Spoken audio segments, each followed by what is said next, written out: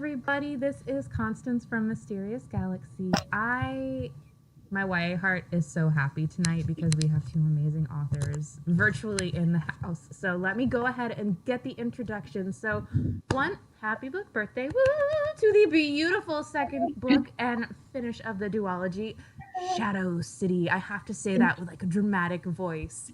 And its author, Francesca Flores, is with us. And then also we have the author of Lobizona, Romina Garber. And just to give you a little bit about both of these books, because they have all of the things that all of us love in them. So Shadow City is book 2, so I'm not going to necessarily tell you about that because I'm not going to give you a spoiler. You have to read book 1. But Diamond City, that starts it off, is... There's some blood magic. There's some death that may happen that leaves a character a little bit somewhat stranded in precarious situations and working for not the most moral or great guy in the world out there. But she knows how to kick some booty, and she most assuredly kicks quite a great deal of it in Diamond City. And then the conclusion for that story is in Shadow City, which we are celebrating today because book birthdays are always so exciting. And then Lobizona by Romina is... I don't want to spoil. I'm trying not to spoil. Okay, it has a gorgeous cover, and it is an illegal immigrant who learns secrets about a city in Argentina her family is from. And she learns that she is illegal in many ways that should not exist, but in ways that make her amazingly awesome.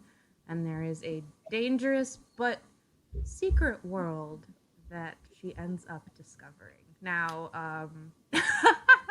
yes, I won't yell because that would hurt your ears if I yelled.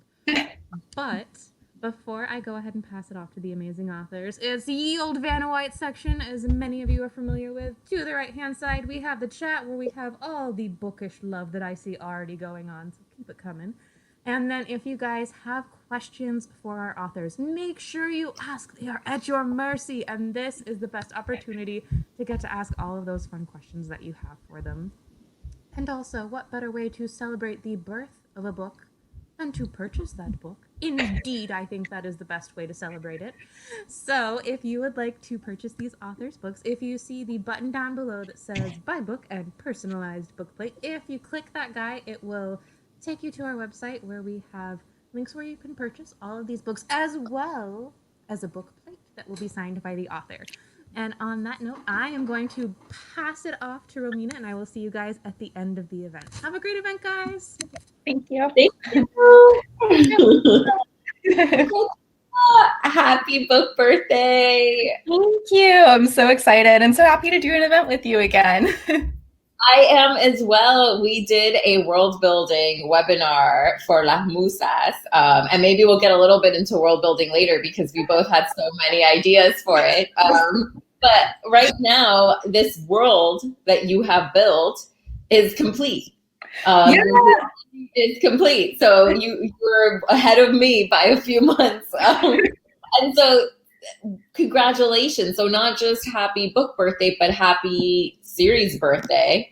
And, you know, I think that that's what we should really start with, just the whole experience for you. I mean, if you want to tease a little bit of what's coming, but not spoiling anything for readers who are new to the series, and then talk to us a little bit about what it was like writing this book versus the first, any differences or evolutions that you went through. Yeah, sure. Thank you. So first I'll just show them real quick. Oh, they're so wonderful. Thank you. I just finished shopping an hour ago. So here they are. The box is right there. But it's like,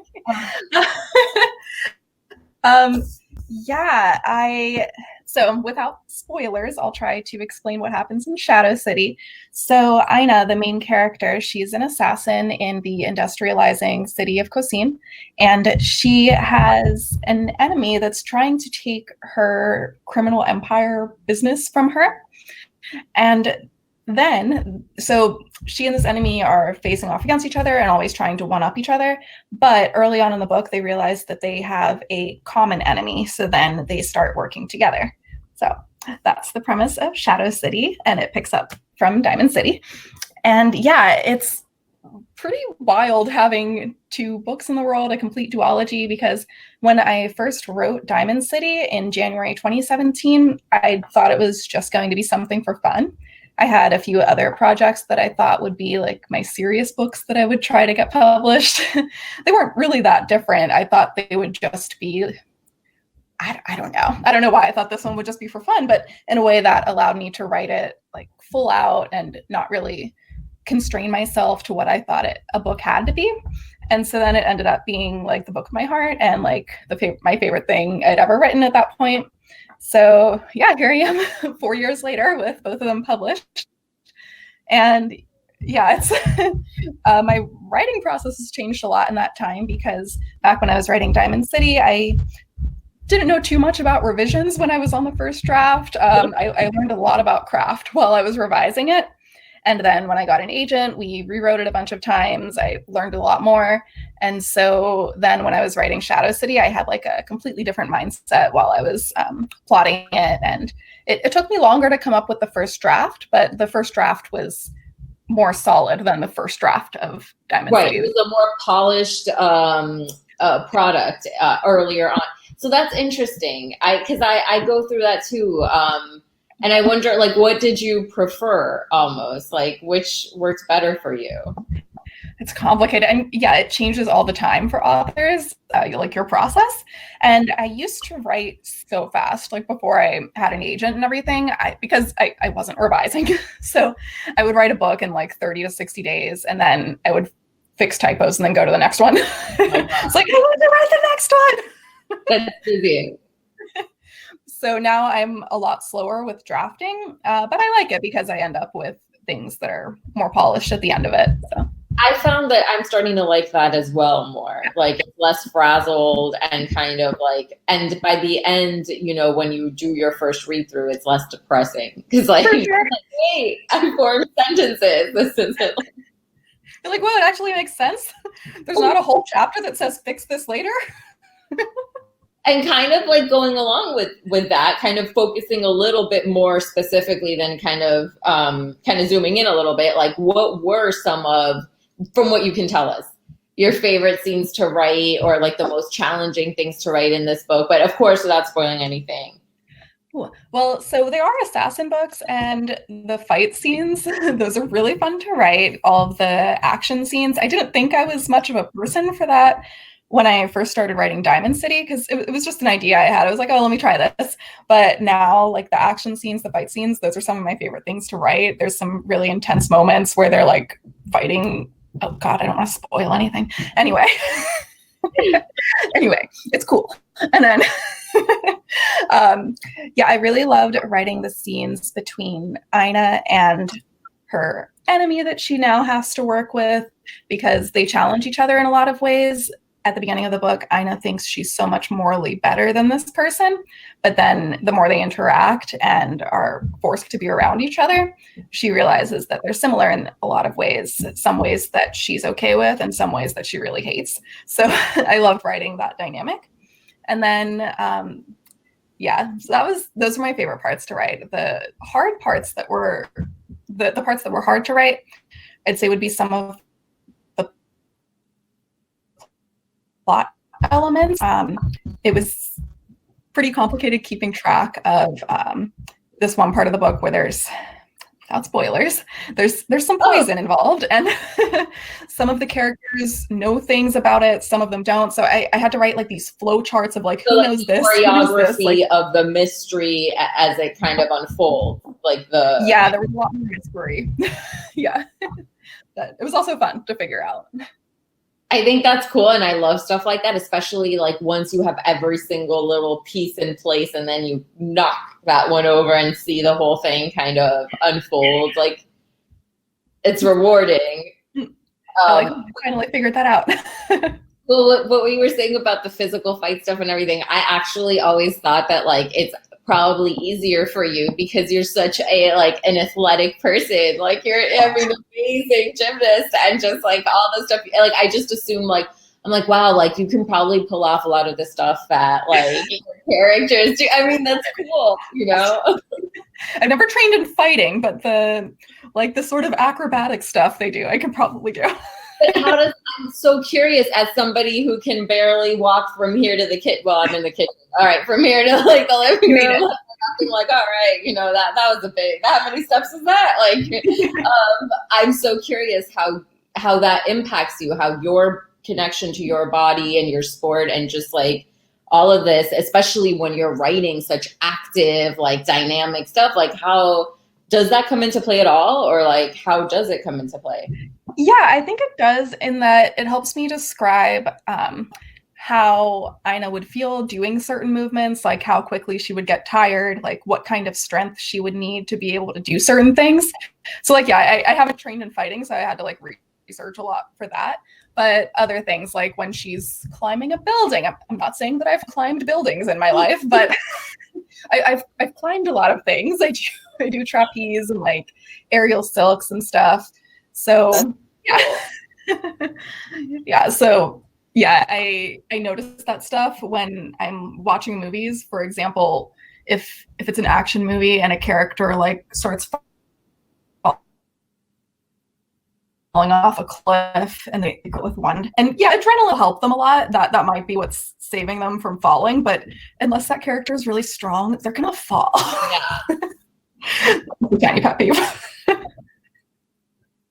That's so cool that you like catch that stuff. And actually, I would say to anyone out there, like you should totally follow Francesca on social to see some of the cool stuff she does if you're not aware. If this is all new information, definitely follow her.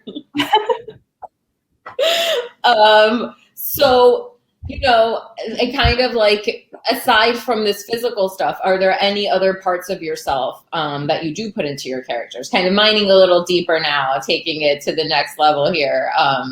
Yeah. Yeah, for sure. There's a little bit of me in each of the characters. I think overall that's something that all of the main characters have in common. Yes, all of them. They're all children of immigrants, or a couple of them are immigrants themselves, but I really wanted to create a cast of characters that had like a strong diaspora identity and see how that affected them, especially in this industrializing city that's composed of a lot of different cultures. It's like a melting pot city in the book. And so I just wanted them to interact with each other. And I thought that was sort of realistic to my own experience, because most of my friends are people who have like strong connections in the diaspora, or they are children of immigrants or immigrants themselves. And yeah, I just wanted to reflect that in the friend group in my book. And then, yeah, so Aina, the main character, I'm very determined like her. She really wants to succeed and make a name for herself. And I'm a Capricorn. We like hard work. Aina's a Scorpio. She's a Capricorn rising. Anyway, that's off topic. Yeah, we both really like reaching for our goals. We could both do better at asking for help. That's something else we have in common when we're getting more to like the vulnerable side. And yeah, other than that, some other experiences we have in common are I grew up pretty poor. I've been homeless a couple of times. So I wrote that into my character, and I didn't really realize that it was happening until I was like halfway through the first draft of Diamond City, and I was like, oh, that's what this is about. Okay. Yeah, so it's definitely part of it. Yeah, it's like we really can't separate ourselves like from our, you know, and not just our main characters, but like you were saying, that you put some of yourself into every character, and that's so true. You know, sometimes people forget that it's not like we're just the main character. We are every single character in our book. Absolutely. I think that's what helps it be more realistic, because you're putting these real like thoughts and emotions into the characters, so it just comes across naturally. Exactly. And remember, it reminds us that the villain is only a villain from the hero's point of view, you know, and we have to remember that the villain also has a point of view. They are the hero of their own story. And so it helps us also tap into their humanity, which is so much more interesting, you know. Absolutely. So I had another. Oh yes. I I wanted to ask you that if you know, kind of knowing this connection you have with Aina and just everything, like if you could give her a piece of advice, you know, what would that be? I would tell her, going back to what I said about asking for help, I would remind her that she has friends and that she doesn't need to do everything on her own. And then she would tell me the same advice, and I'd be like, okay, I'll listen this time.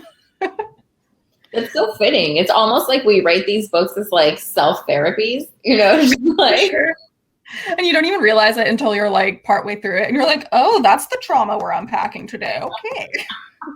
That's what this book's about. Oh my God. That's kind of like, that's really true. It's wild.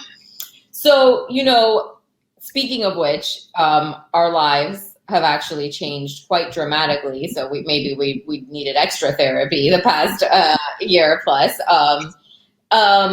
Since the last book release. I mean, I'm thinking now that when you released Diamond City, none of this world looked very different.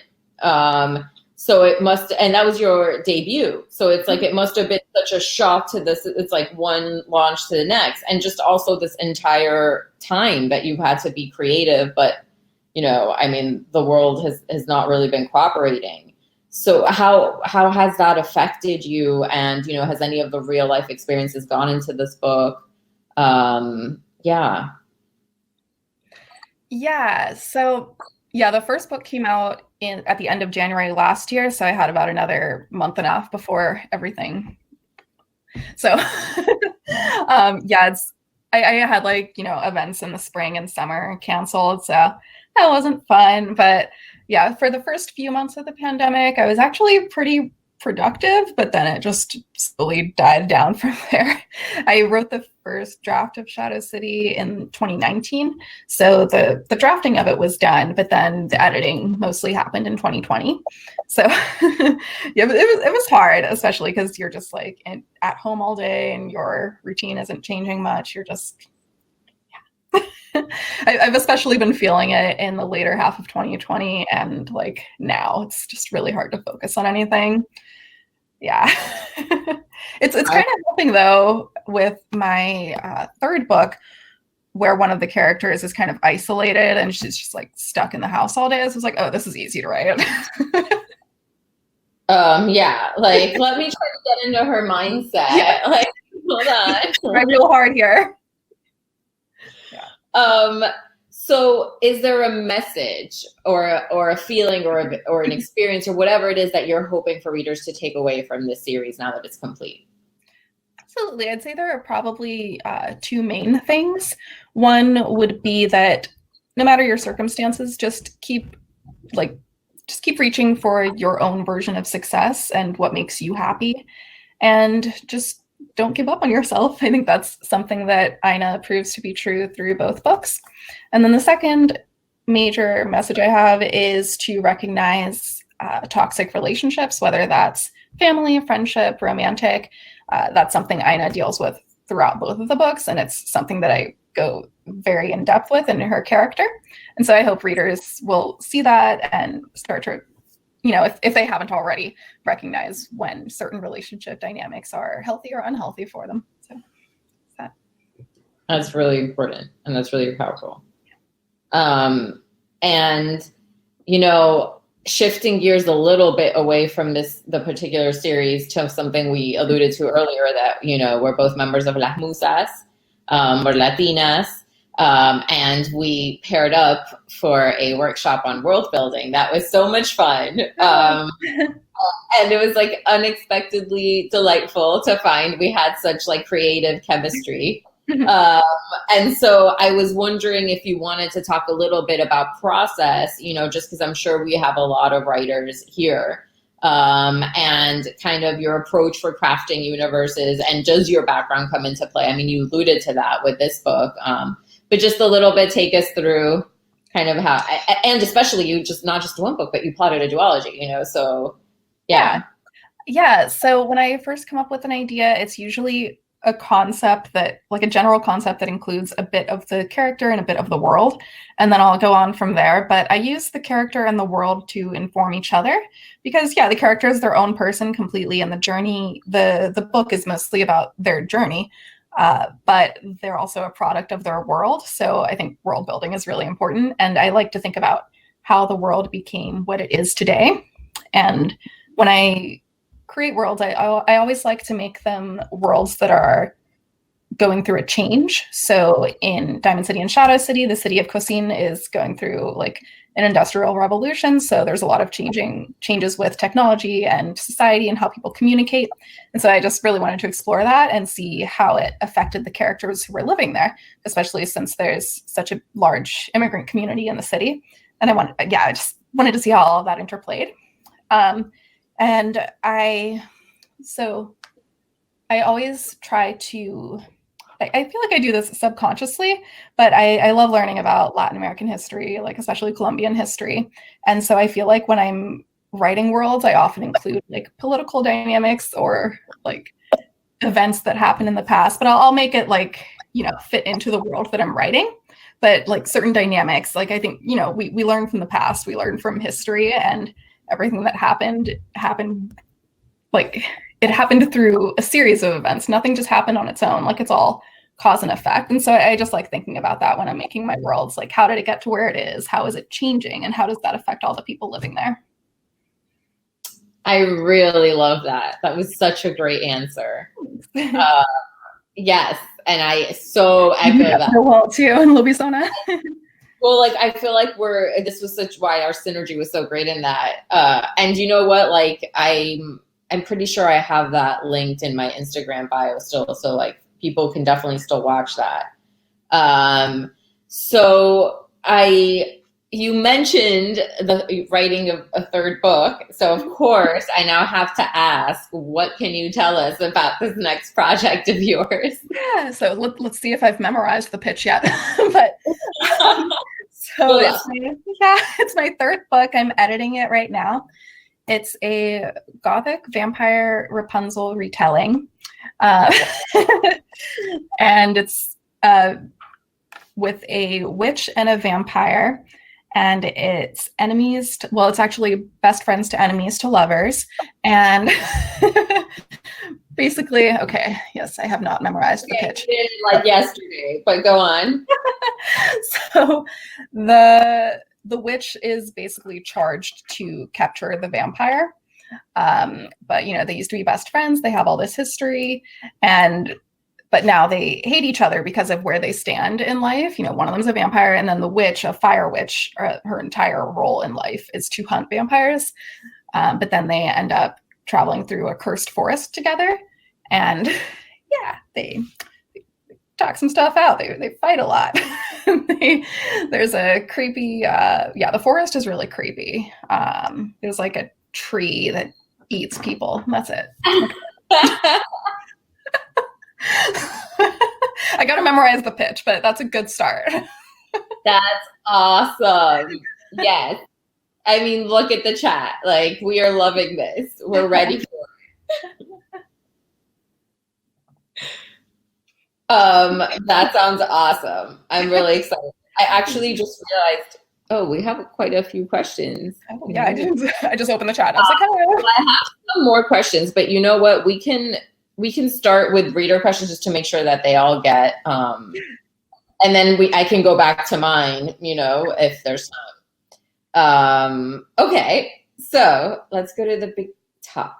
Francesca and Romina, what has been the most surprising or rewarding aspect of writing a series? Oh, did that move? The questions are. I see them. Okay.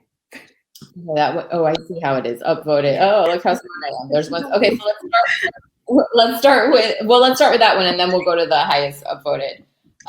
So yeah, what has been the most surprising or rewarding aspect of writing a series? I think rewarding. It's been really nice to just explore the characters more and develop the world more and kind of go the next step in each of their relationships. That was really wonderful about writing a sequel.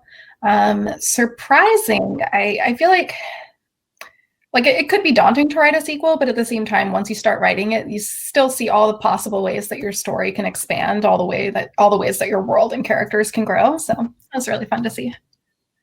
I think you're totally right. I think it is so lovely to return to a realm and to this cast of characters. Like, because in a weird way, it's like as much as it's their found family, it's also like your found family, you know, and like the readers and the authors. And so it's like, there is something delightful about returning to them and saying like, okay, what's going to happen next, you know? But I think at the same time, something I found that surprised me is how like, it's a little bit like quicksand, in that like it can really suck you in, and it can almost become a little hard to like get out after a while. You know, like my first series, Zodiac, was supposed to be a trilogy, and I made it a quartet, and like left to my own devices, I might still be writing stuff in that universe, because it's like there's this sense of safety and like, and even though you know you need to like shed that skin now and like go on to the next and writing that's years of your life at that point. That's exactly, it feels like, but it's safe here now, you know?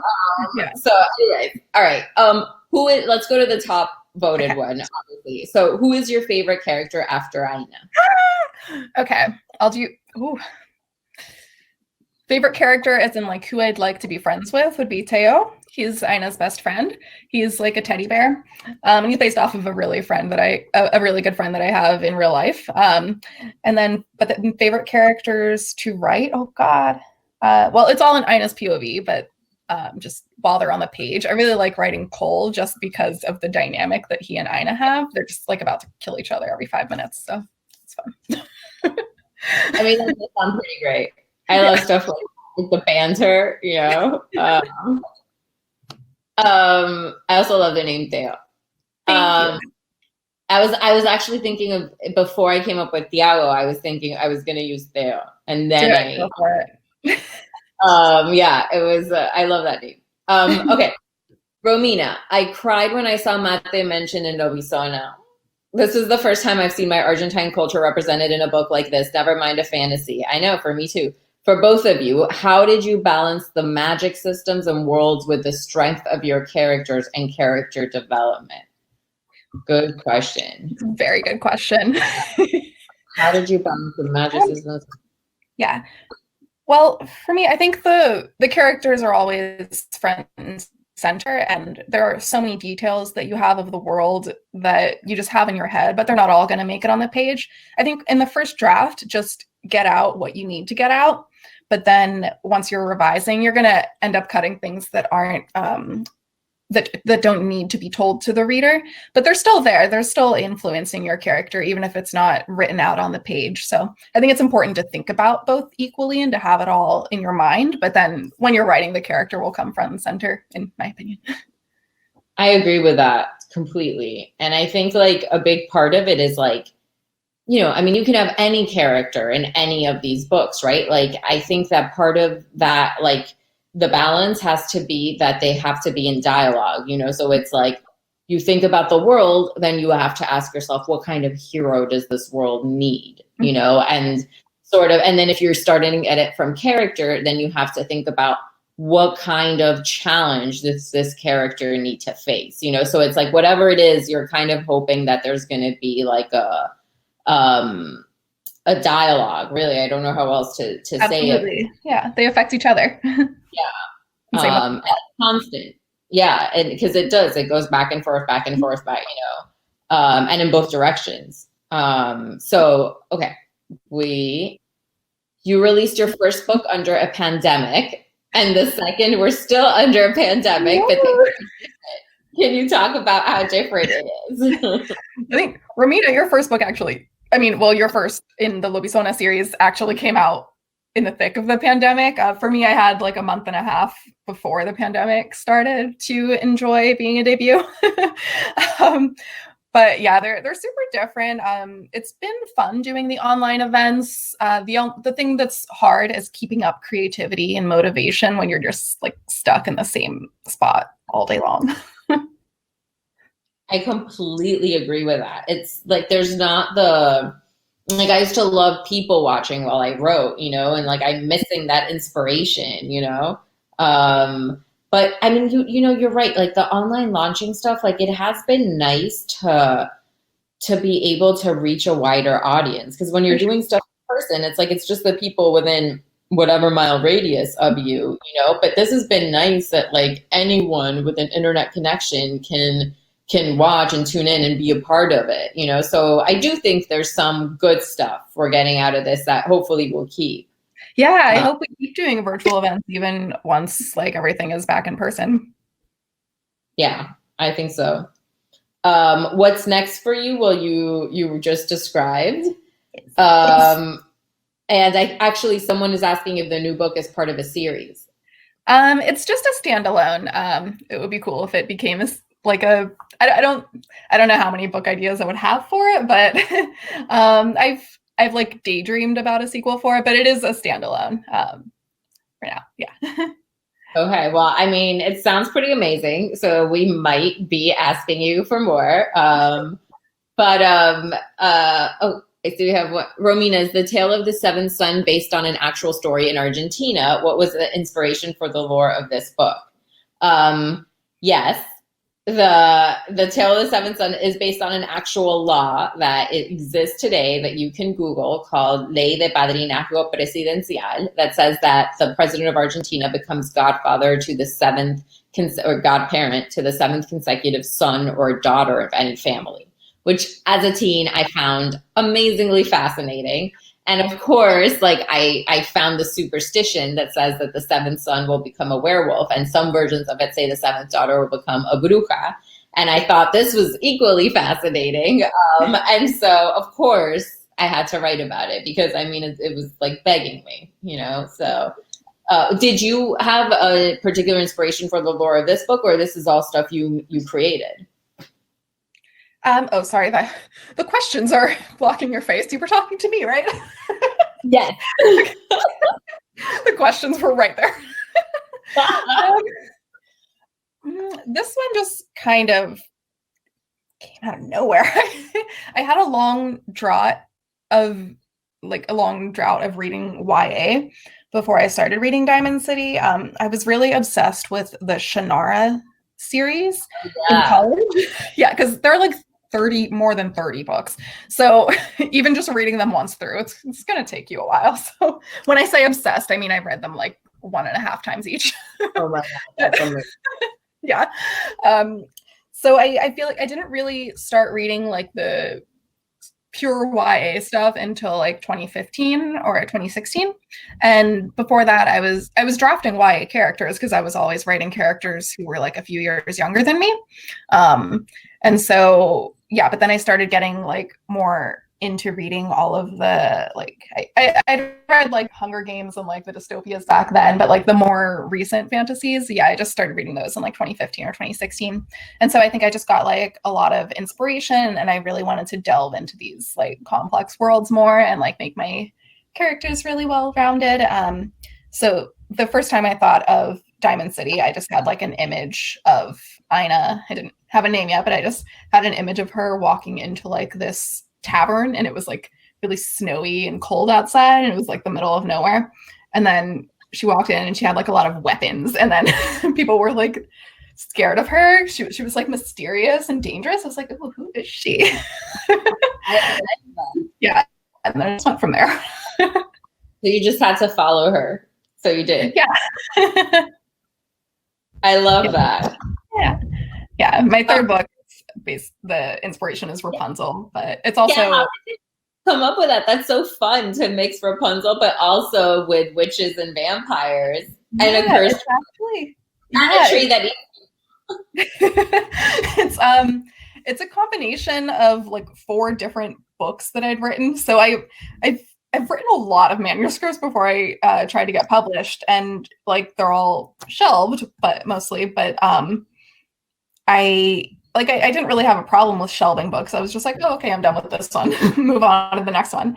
But then when I started thinking of ideas for my third book, I kind of automatically started putting together different previous book ideas that I had. So one of them was vampire. I had so many vampire manuscripts, like 5. So I incorporated ideas from each of them. And then I had another one where there was like a cursed forest and like a cloud city.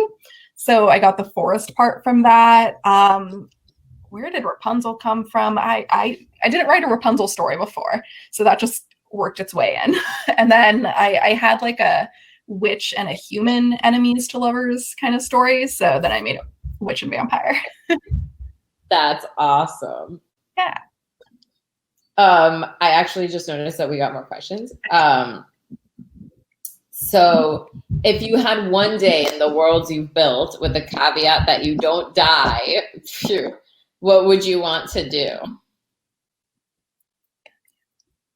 Ooh. What would you do?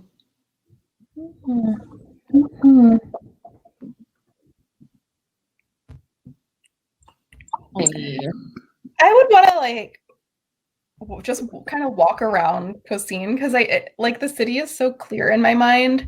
I'd like to like run around on the rooftops with Aina or something. She'd kill me if she met me, but that's okay. We're gonna pretend.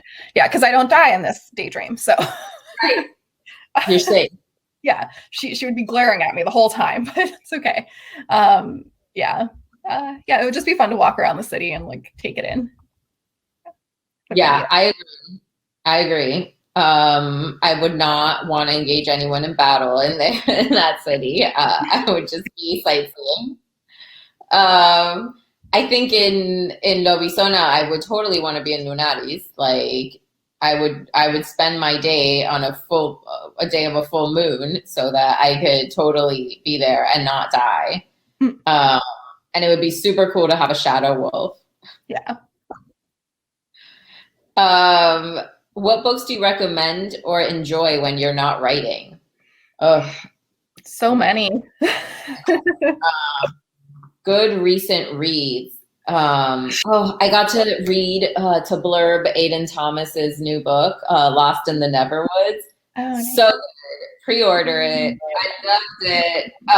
So that was exciting. That's definitely a perk. It's so hard to remember like what you've just read, but some books that are coming out really soon that I've read. I read Ashley Shuttleworth's A Dark and Hollow Star and Red Tigress by Amelie Wenjiao. Those are both really good. So that those will be out in February and March. Recent books. Oh God. Read Gods of Jade and Shadow. That one. Yes. Really good. Yeah. And then today you share a book birthday with Written in Moonlight, right? It's Woven in Starlight and Written in Moonlight. The second. I think it's the other way. Written in Starlight.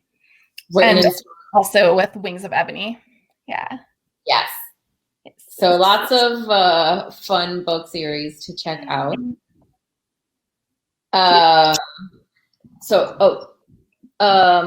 Is there any other Latin folklore that has inspired you or you'd like to work into another book? Oof.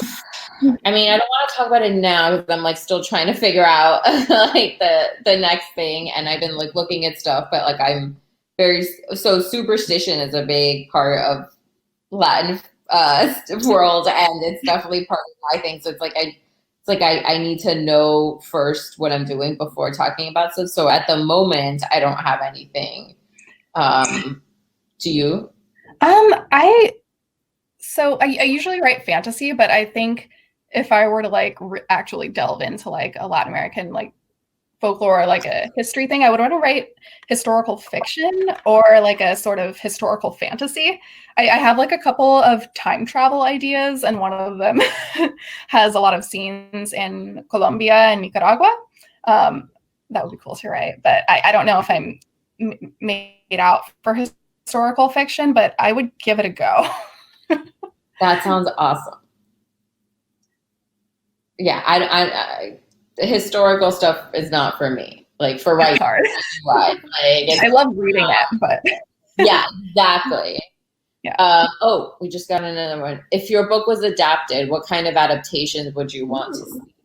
Ooh. I think yours would be so stunning as like a movie. Like, oh my God, just like the world. Oh, it would be so pretty. I would love that. I feel like Mine would be good as a TV show, maybe. I mean, I wouldn't complain about a movie. I'd be happy with a movie. But yeah, I feel like I like TV shows a lot for YA things because you can like actually really delve into it and you're not like cutting out everything to make it fit into a movie. Yeah. I really think TV in general is better suited for books and in particular series because it allows for character evolution and development and all that stuff. Whereas film, you know, I mean, you can do it, don't get me wrong, you know, but like it's so much harder. Like you're working with such limited and also plot, you know, becomes so hard. And especially in YA books, like where there's so many pieces to every, like, you know, so many moving parts. I mean, I always like to point out to the Percy Jackson adaptation where it's like, there were so many stops on his journey and then the movie, it flattened it to 1, 2, 3, like done, you know, and you can't really blame them because you understand it's hard. But then at the same time, it's like, then don't do it that way, you know, because you can't do it justice. And and the fandoms of these series are serious, you know. Yeah, for sure. So, yeah, and especially now with the advent of all, you know, all these shows on Amazon, on Netflix, on Hulu, like you have such, you know, it's almost like mini movies, you know. It's not exactly TV shows, you know. So you can binge it all. There's so much space now to explore. Yeah, and webtoons are, you know, really popular too. It would be really cool to have one of those. Totally. So I did have some fun questions, like if you were on a deserted island and told you can't leave and finish writing a book, you know, as every author experiences at least once in their life. That's how what in case you didn't know. Right. What 3 things would you need other than, of course, your writing tools? I need coffee. I cannot function without coffee. I love tea. Like if I had to pick one for taste, it would be tea, but coffee will wake me up. Specifically a blonde double shot on ice from Starbucks. I don't know why that drink wakes me up more than anything else. And I moved away from Starbucks. It's so far now, but I'm gonna cry. And then the second thing would be a blanket because I'm always cold. And a third thing, I'm gonna say a Kindle so that I can read things for inspiration. Smart, because you can have like so many books, like a whole library. It's a library in your hand. Only bad part is you can't smell the paper. I need to smell the paper. Like, it's such an obsession. I know. I can't help myself. Like we must look pretty wild to non-cookish people. Of a deserted island / vacations, where would Aina go, do you think, on vacation in our world? Ooh, so many possibilities. She might like Amsterdam. I feel like she would like running around the canals and like all of the narrow buildings, and I feel like she would fit in. She would like that vibe. Yeah, Amsterdam's gorgeous. That's a good one. Yeah. And can you think of any characters from like another YA fantasy that you think Aina would get on with, or like, you know, or a world she'd be good, like, you know, I feel like she would get along with Jude from The Cruel Prince. They're both really like determined, and they will like literally kill anyone who gets in their way. So as long as they don't kill each other, they will really get along. Right? Yeah, they'll work together until they're like right at the top, and then also Ramson from the Blood Heir series. He's like the con man who works with the main character, and Aina would get along with him. I feel like so many of the morally gray characters, like Kaz probably should get along with him. She'd be like, yeah, let's win this. Agreed. Yeah. Who would Manu get along with? Do we have any final questions? You guys have been so great. I'm like checking out the chat. This is awesome. We have one question about a scene or I don't know if you see it, but I think you kind of answered, right? Earlier. Yeah, I kind of answered that. It would be a bit of a spoiler if I said the most joy. It's No. Yeah, I won't say anything. It's a conference sort. Ooh, this is a good question. If you listen to music while writing, which song best captures Aina and Manu's character and arcs? Ooh, I really like, what's it called? Okay, two of them are really good for Aina. Let Me Down by Alec Benjamin. Is there an echo? Anyway, Let Me Down Slowly by Alec Benjamin, and two Halsey songs, Control and Hold Me Down. Those are really good for Aina. Oh my God, these are such good answers. I have no idea. But I know that I was listening to a lot of Billie Eilish while working on, Gastado and Manu stuff. And so, I'd like to say, You Should See Me in a Crown would be good for Manu, but unfortunately, the world isn't that fair. Yeah. Oh, another one. How has the pandemic and or change in presidential administration inspired your writing? Oh my God, I can definitely, what's the line? I can definitely release the breath I didn't know I'd been holding for the last 4 years. Oh my God. Yeah, my entire series. So I started writing Diamond City in January 2017, and now the second book is published January 2021. My duology has been the entire span of the Trump administration. So like, the entire thing has been encompassed by my it's been weird sometimes because it's like hard to so many things. But one thing is like it's hard for, how do I explain this? When people are in a sort of dystopian-esque world, it's hard. I feel like it's harder for them to want to read books that are about that. Like you want happier books. You want more sleep. But then when you're in a more peaceful time, you'll be like, yeah, let's read some dystopian shit. So, so it was a hard time to release books about an assassin toppling a corrupt government, but I feel like it's also very relevant. So, yeah. Yes. And also it's like a good reminder that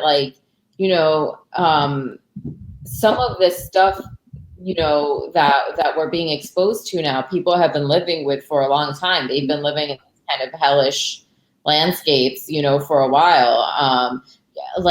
There are readers who said that the opening chapters of what we saw now that are set in our world, they thought were dystopian. So they thought it was like a dystopian universe for a bit. And I was like, that's exactly what it feels like for a lot of people, particularly undocumented people in this country. Like they are living in this dystopian world, especially the past 4 years. Mm-hmm. So it is like very, very jarring, and I still feel like we're in shock, and we were kind of in a very toxic, abusive relationship, with this administration. So we're all a little bit like maybe taking a minute to process or understand that and maybe we're still mourning to get out, and it's a little hard to quite yet like assess what that's like. Yeah, very new. Hello. We had so many awesome questions. Oh my goodness, thank you guys for all of the amazing questions. That was chef's kiss to all of the readers for that. But Vanna White your book, because it is beautiful in its new form. And I'm just gonna say thank you so very, very, very much, Francesca, and also Romina, for sharing this evening with us, for celebrating your book birthday with us, for sharing all of your knowledge as writers, and also to thank you for bringing Latino representation to YA. It's awesome to see it there, and I love getting to share the stories with our YA book club. So thank you guys for doing what you do and for writing amazing female protagonists that are just chef's kiss. So everyone, thank you so very much for joining us. Thank you very much, Romina. Thank you very much, Francesca. And don't forget, you can buy these books at the beautiful link down below. And we'll put the pre-order link for book 2 for Lobizona in there as well, so that you can get book 1 and book 2 from Francesca, and book 1 and book 2 from Romina. So have a great evening, everyone. Look at how pretty it is. Just look at how pretty it is. And we will see and we will see you all at the next event. Thank you. Thank you for having us. Bye. Happy book birthday! Thank you.